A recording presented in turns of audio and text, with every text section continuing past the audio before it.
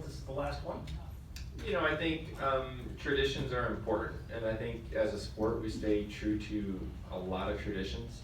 But I also think if you don't change tradition, you will always be where you're at, right? You can never move forward.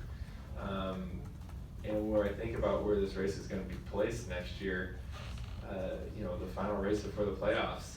Here we go, right? I mean, if you think about if you come into this race and you think you're 30 points to the good, and you think you're going to be all right to getting into this playoffs, I wouldn't think that's a safe place to be at all. You definitely want to be ahead of that because you never know who's going to win this thing, right? I mean, there's a good chance the fastest cars and the best teams usually win, but there's also a good chance that they all crash and someone that doesn't typically wins this race. We've seen that plenty of times too.